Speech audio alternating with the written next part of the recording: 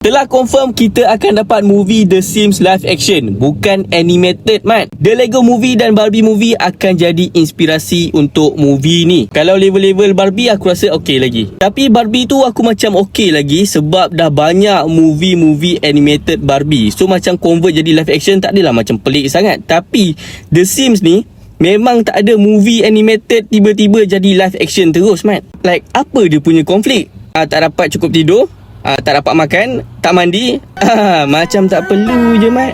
Tapi movie ni akan diarahkan oleh pengarah series Loki Marvel, Mat. Macam ada harapan. Movie ni juga diproduce oleh syarikat Margot Robbie yang sebelum ni jadi Barbie.